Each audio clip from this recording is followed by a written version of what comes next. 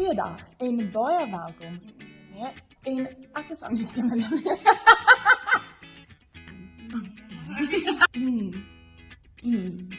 En die emeritaat ontverleen.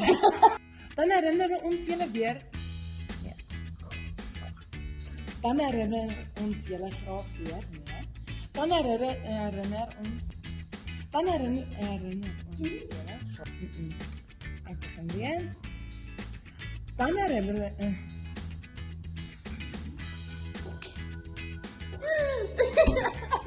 ek is so jammer.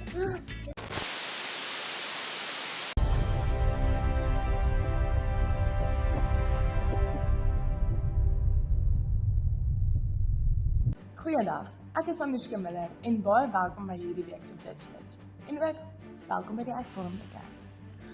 Ons begin hierdie week met 'n artikel van Dominee Henny van der Linden. Back and closure, nie net die boer se probleem nie. Lees verder oor hoe ons as gelowiges bystand kan bied in hierdie tyd.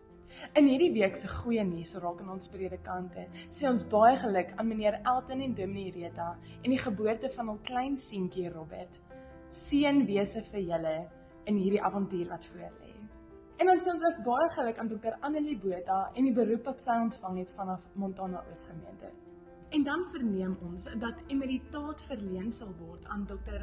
Gerard Lindetjie op 31 Mei 2026. Lees gerus dan verder oor die besluite wat geneem was deur die Moderamen op 6 Februarie 2026.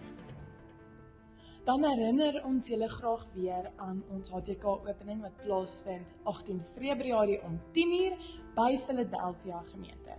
Maar ons nooi julle ook graag uit om verder te lees oor die HTK leergemeenskappe. Baie dankie dat julle by hierdie week se Blitsflits ingeskakel het. Ons sien julle weer volgende week. Kom ons sluit af met gebed. Liewe Heer, vandag dra ons boere aan U op.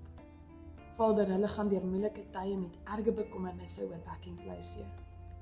Hulle weet nie wat om te verwag nie en staar groot verlies in die gesig.